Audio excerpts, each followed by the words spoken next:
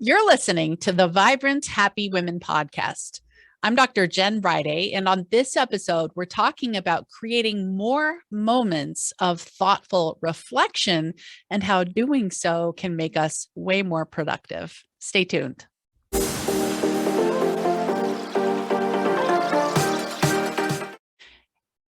Welcome back. I'm Dr. Jen Riday, and you're in the right place if you want to be more productive without always hustling.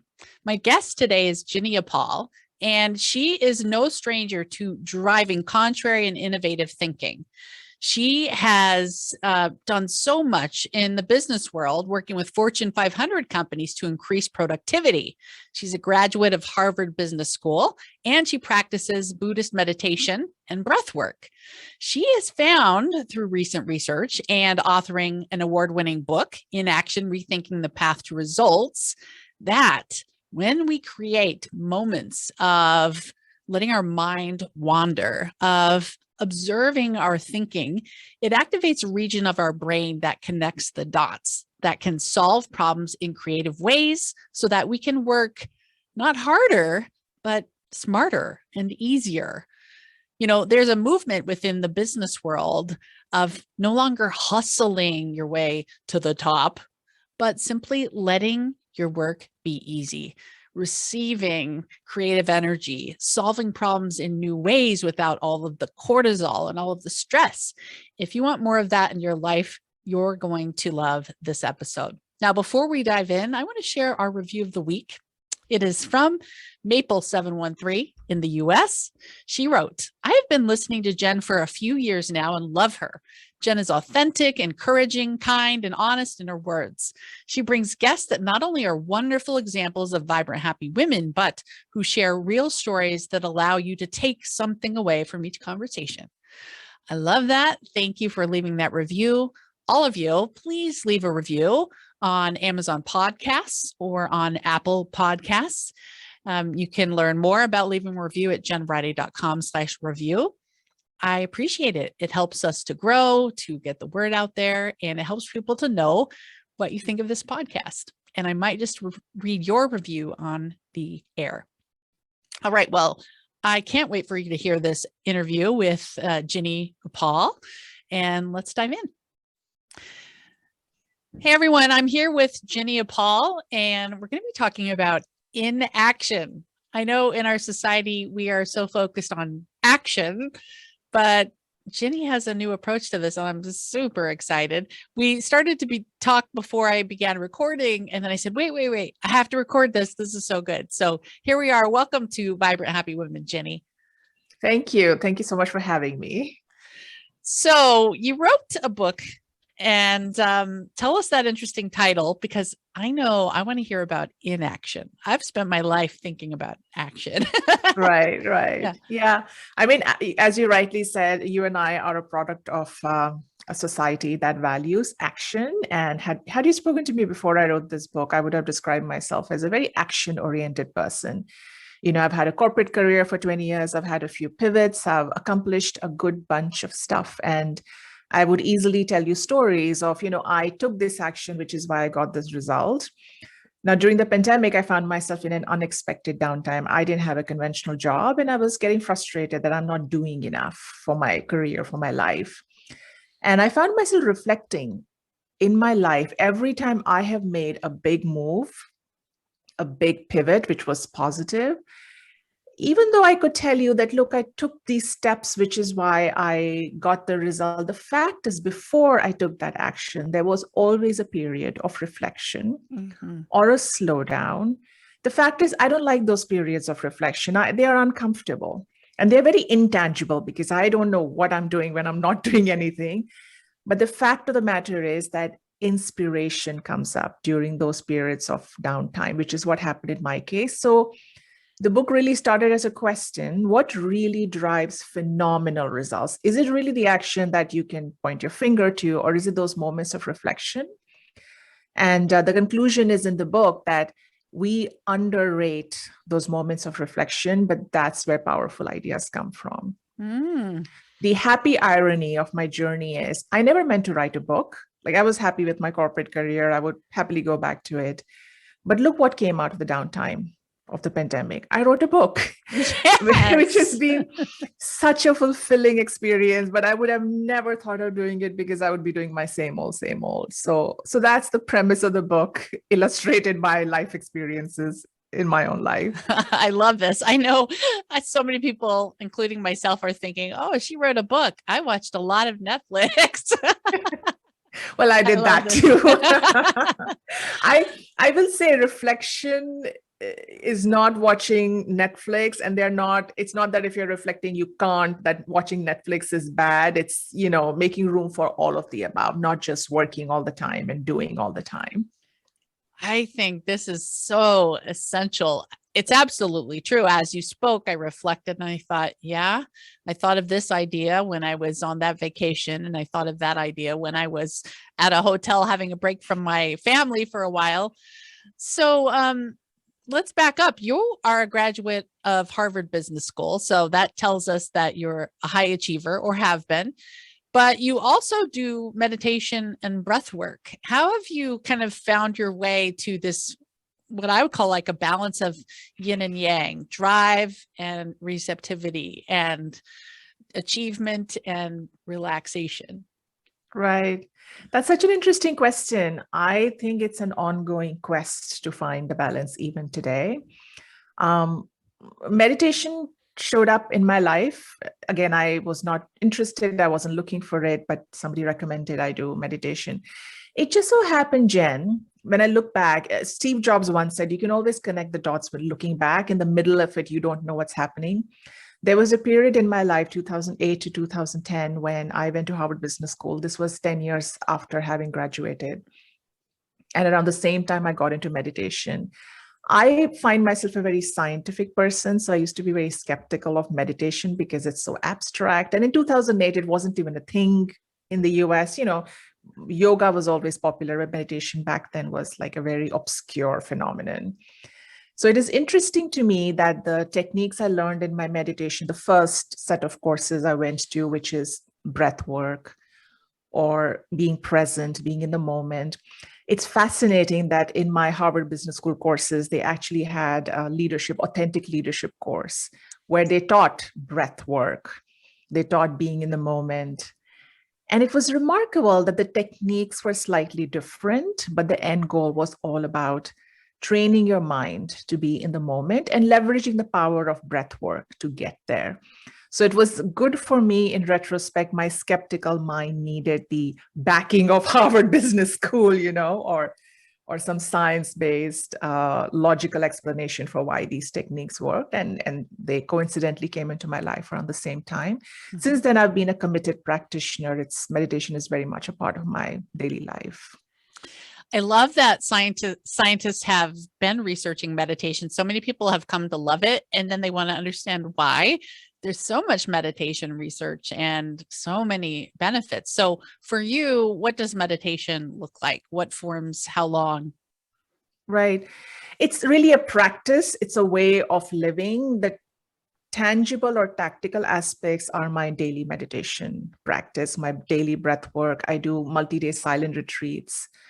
I listen to talks of a certain nature, but then I also read scientific books on neuroscience research. And now I'm starting to myself understand that this phenomenon that I've heard about in what I would have called spiritual conversations, there is an explanation for that from neuroscience. So over years and years of studying, I can now connect the dots. But the purpose of meditation really is training your mind to be okay with doing nothing.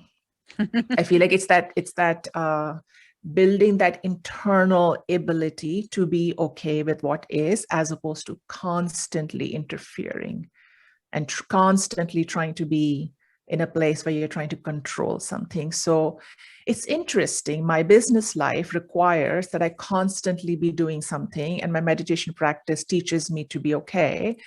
And they, on the surface, they sound like they are conflicting each other. And I remember in the beginning being very skeptical about meditation because I don't want to become woo-woo types.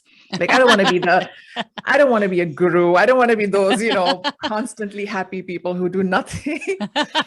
So I was afraid that they were conflicting, but of course, having been in that practice for, I guess, 14 years now, you find out that one strengthens the other.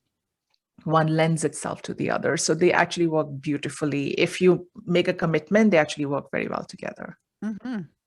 So do you actually sit still and meditate and try to just stop thinking for a certain amount of time? Or do you do it every morning and night? Yeah, I have a daily practice. For 20 minutes, I'll meditate. And before that, I'll do about 10 minutes of breath work, which can help because breath work can ease you into just naturally going into a quiet place. Mm-hmm. I have to tell you, not every day is my mind quiet. And that's one thing you learn. Beginners, and I write a little bit about this aspect in my book, which is in/action, rethinking the path to results. I talk about the dilemma that very action-oriented people run into when they sit to meditate. We've all read the marketing around meditation, that it is the goal of meditation is to be in a no thought place. So we all, or at least beginners, come in with this expectation that I'm going to do something and I'm going to go into a no thought place. And the moment you sit into meditation, beginners realize that their mind is flooded with thoughts. Mm-hmm. And then they try harder to make the thoughts go away, except they don't. Mm-hmm. So a lot of beginner early meditators, they give up because of their action bias, their desire to control thoughts by doing something. And whereas the teaching, eventually, if you try it long enough, you realize there's nothing for you to do. Mm-hmm. The thing for you to do in meditation is to observe what's happening, and thoughts are happening. Mm-hmm. You come to appreciate and respect. In fact, the goal of meditation is not to get rid of thoughts. You very humbly realize you don't have the power to get rid of your thoughts. So many. You can just sit and be okay with them. So, which is why I say meditation is training to then be more accepting of other, events and happenings in life, which is not the same as giving up on life or being defeatist. It's about first accepting what is and then taking action from there. Mm-hmm. I love that you say that. If we think 60,000 thoughts a day, and there's part of our brain telling our heart to beat and our lungs to breathe. Yeah, you're right. Our thoughts don't stop. I know so many people who try to meditate and beat themselves up because they can't stop thinking.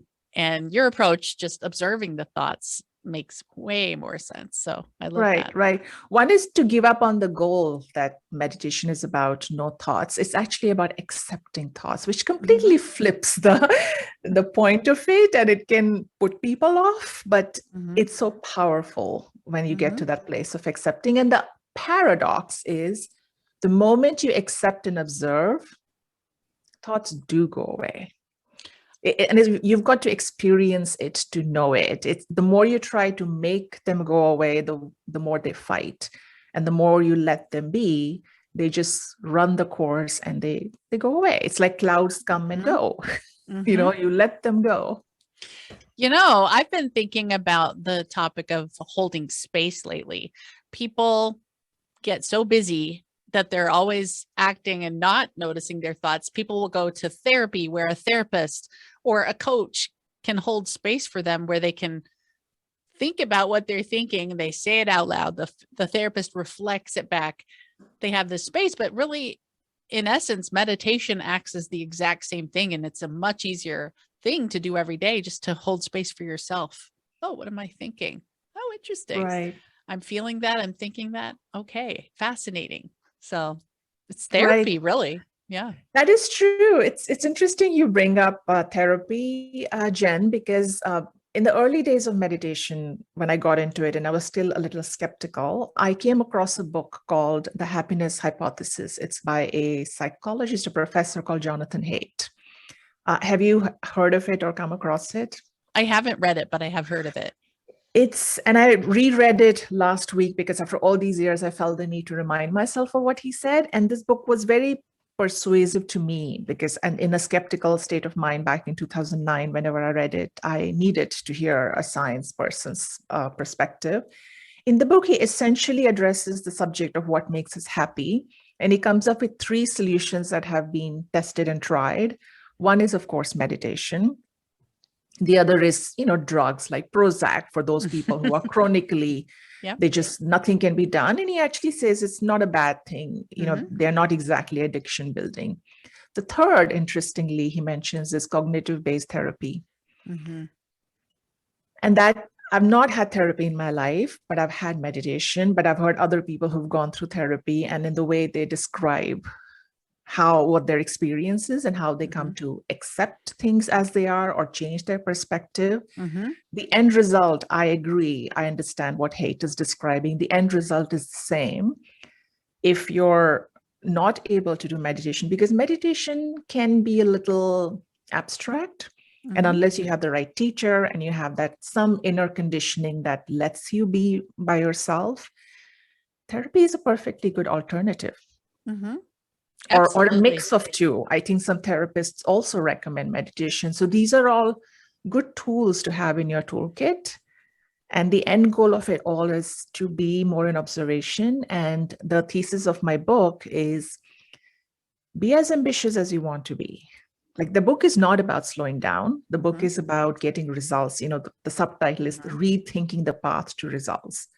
So instead of chasing action to get results, deploy these strategies which are available, and you'd be amazed at how many creative ideas you get and how quickly you can get to your results without burning out or fatiguing yourself, which is what happens when you chase action all the time.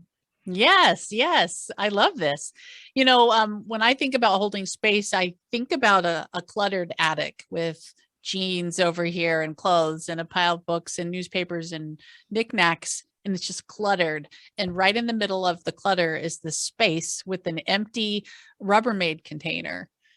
And it's just like, whoa, such a contrast. And I think meditation, or you mentioned cognitive behavioral therapy, tools which I use as a coach. I teach about thoughts, feelings, actions, and results. All of it comes together. We just need to have time to stop being in the clutter and find our Rubbermaid container and understand what we're thinking and feeling. It's so healing and essential. And what you're saying, it leads to greater productivity. So I love this. Yeah, that's a great analogy. It's a cluttered room, and this isn't about decluttering it permanently. It's about finding the balance between it gets cluttered, then you declutter, then it's of course going to get cluttered again. Yeah. And you keep finding your balance there. And having the one space that is not cluttered. Yeah. So important. Yep. So for you personally, do you have an example or two of when you were quiet and it did lead to that greater productivity and accomplishment? The process of writing this book is probably the most recent example of a huge accomplishment, because a book is quite a production. My book is about 200 pages. I'm a first-time author, so congratulations. Thank you. And I have a business background, so I did not think myself capable of writing a book because I thought, I'm not a writer, I'm not a storyteller. But I embarked on the journey and I was very committed to it. And book writing is the most abstract and creative thing I have done and produced. And I remember there were days and weeks and months of writing where I would get very lost in ideas, or I would get very excited, or I would get stuck. Over and over again, what I found myself doing is walk away from it. If it's hard, just drop it. Yes. Go to bed, go for a walk, find something else to do. I cannot tell you how many so-called writer's blocks or mental blocks that I don't know how else I could have fought my way through it. I could have bullied my way through it. I don't know what would have happened. I probably would have given up. At some point when you fight too hard with a problem, you will just give up. Sometimes all it takes is walking away from it temporarily. And that has been magical for me. I wrote from the time I decided to write the book to the book being published was less than a year, which is very short as things go. Books usually take a long time. So in many ways, I got the chance to practice what I was preaching in the book because I have different techniques, different ways of embracing thoughtful pauses. So I got to drink my own Kool-Aid, and I'm glad I did. I love it. I want to drink your Kool-Aid. Well, if someone's listening today and they're thinking about this idea of thoughtful pauses where they can get that creative spark or figure out a solution to a problem, where should they start? What's a step-by-step, maybe 3 steps you could give them to start them off today? That's such a great question, Jen. And I tell you, I get asked that question a lot. In the beginning, I'd be like, my book is really descriptive, not exactly prescriptive. It isn't 10 steps to be happy forever. Okay. But because I've interviewed a whole bunch of people and they shared their techniques, so the book is a collection of techniques through the stories of other people. I'll share you a couple of ideas which I have been embracing myself. So I am a practitioner of meditation, so I am used to it. But as a practitioner of meditation, I used to have a very poor opinion of mind wandering because meditation is often teachers will tell you your mind is wandering. It's going from the past to the present to the future. It's never in the present moment. And during research in my book, I came across neuroscience research that actually talks about the benefits of mind wandering. I define mind wandering as sitting there staring into empty space and letting your mind do whatever it needs to. Turns out, I think you probably mentioned this maybe before we started recording, that you get your best ideas, when you're not doing anything. And people tell me they get their best ideas in the shower or when they're driving, means they're not very engaged. Turns out there is a reason, because there are parts of your brain that light up when you're not doing activity. Oh, okay. And those parts of the brain are called default mode network. And the function, the design of the default mode network is to let your brain connect the dots on all the information you've been collecting and come up with wow ideas, like bursts of inspiration. The thing is, we don't give ourselves a chance. We don't give that part of our brain a chance, because even when we have nothing to do, what do? We scroll social media. Oh, yes. Yes. We catch up on news, which means your eyes are engaged. So it's a different part of the brain that lights up. So for those people who are, don't have a meditation practice or find it very intimidating, I say, and I started doing this, I would schedule half-an-hour meetings during the week, twice a week.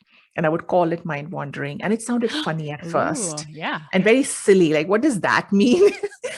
But for those who struggle with meditation, schedule half an hour. It's very difficult for us to live a life anymore where we don't have back-to-back meetings. Most of us, we're not living that life where we have a 9-to-5 job and we just have the whole evening or all of weekends. So to them, I say, just introduce half-an-hour breaks, 15-minute breaks during the day. Start there. It is enough. And give your mind a complete break. When you see the power of what comes out of those breaks, then you will want to do more of it. Ooh, this is huge. So that default node network, is that what you said? Of the brain? Default mode network. There's a good amount of research. They kind of discovered it for the first time in 2000 by an American neurologist by the name of Marcus Reichel. And there's been so much more research on it now. Does that same network activate when we're in REM sleep as when we're daydreaming or mind wandering? Is it all kind of related? I don't know about REM sleep, but daydreaming, mind wandering, yes, they kind of go together. Oh, I'm thinking of spaces where we could easily do the mind wandering. So I'm thinking moms in the pickup line at school. Yes. When you pull in the driveway, just sit in your car 15 more minutes. Yes. Obviously, you can do it in bed. The essential piece, though, is that phone cannot be in your hand. That's so essential, right? Because we waste all of that free time on the phone. I have a funny moment I want to share. When I first, so on the one hand, I have a meditation practice. You would think I have self-control. But when I first started doing mind wandering, which means eyes are open, I'm not, if I tell myself I'm going into meditation, now I go into it. But mind wandering was new to me because eyes are open. I'm not trying to meditate. And I would do it for 5 or 10 minutes. And Jen, I would suddenly realize, oh, wait, I have my phone in my hand and I'm already scrolling. And I would completely forget that I meant, I didn't mean to do that. And it made me laugh. Like, look at how robotic my arm is. It just goes out to reach for the phone. And then I started putting the phone in the other room so that it doesn't. Mhm. So these are tricks I've done. It's my way of warning that it may not be that easy, but laugh at your behavior and just Yep. make a commitment Yep. that you're going to do it for 20 minutes and you'll get better over time. Absolutely. You know, I was thinking a lot of times we still feel like we have to have a reason. So there's another kind of popular thing right now. Everyone knows you need to ground. So to go put your feet in the grass or even lie down in the grass, I found when I do that, my kids are so astonished that they'll come join me and we're just looking at clouds. Does that count as mind wandering, that kind of thing? Yeah, so think of it simply as you are disengaging all your senses as much as possible, which means you're not processing input. So if your kids are around you, that's fine. But if you're chatting with them, then you're chatting with them. Yeah, that's true. Okay. Right. So, which is okay. Let them be. Just you are literally staring at the clouds and let your mind do what it has to do. Listen up, moms. She's prescribing alone time without your phone. We can do this. I think we can do it. And now a lot of people are starting to travel. Maybe you're flying, maybe you're waiting for the train and just stare. It's what kids do or used to do. Kids, their brains grow rapidly at a certain age. And, you'll find kids staring into nothing. Stuff is happening in their brain. They're not being stupid. Like their brain is putting stuff together. It's just that we and even kids don't allow ourselves time to do that anymore. It makes me sad. I wish our society wasn't quite as achievement focused, or that they saw achievement the way you do, in school. Pay attention, pay attention. Yes. I even have this phrase I'll use with my daughter. Hello, come back from La La Land. And I need to stop that and let her go there is what you're maybe saying. Tell her, hello, time to go to La La Land. Yes. Okay. Have fun in La La Land. I'll see you in 15 minutes. Right. This is great. Well, Jinny, any other thoughts you want to share before we say goodbye? Well, I just want to encourage everybody to keep your ambition, have the dreams you want to, and just know that chasing action and working all the time, long hours, is not the only path to success. That is the point of the book, that there is an alternative path. It is less fatiguing, it's less exhausting, and it's possible. And there are plenty of interviews in the book of people who've not done the conventional 80-hour work weeks, and they've been very successful. So know that there is an alternative to being happy and being successful, and that involves a lot of thinking and reflecting, and we can all do it. Yeah, the phrase coming to mind is not working hard, but working easy. Yes. Choosing the easy way. Yeah. Yes, for sure. Well, important work. I love to see this pendulum swinging in this flowy, freer, less hustle oriented way. So I appreciate you doing what you do and sharing with us today. Yes. Thanks, you so much for having me. It was such a pleasure to talk to you. Oh, I should add, where can people connect with you on social and the web? Of course, I'm easy to find. My first and last name is pretty unique. So people can go to my website, JINNYUPPAL.com, contact me there, or DM me directly on LinkedIn, Twitter. Okay. I'm fairly easy to find. And the book is available to buy online wherever you buy books. Okay. Thank you so much for being here. Take care. Take care, Jen. I hope you enjoyed that as much as I did. I'm going to do a little bit more daydreaming, mind wandering, cloud watching, sitting in my car without my phone. I've taken to leaving my phone at home more often. And there's always a little bit of a panic because I've trained my brain. I need to be available. What if someone calls or this or that happens? But I kind of enjoy that freedom. And I think my brain does too. So I want to challenge you to create those moments of allowing your thoughts to wander. See what dots your brain can connect on how you can solve a problem with your teen or your spouse or the clutter in that closet or that promotion you want at work or the finances or the weight loss. Let your brain figure it out and keep doing that work because it's a supercomputer. You've got this, my friend. I want to tell you that I love you. I admire you. You are doing fantastically. Keep listening, keep moving forward, creating the life that you love, and I will see you again next time. Until then, make it a vibrant and happy week. Take care. If you enjoy this podcast, you have to check out the Vibrant Happy Women Club. It's my monthly group coaching program where we take all this material to the next level and get you the results that will blow your mind. Join me in the Vibrant Happy Women Club at jenriday.com/join.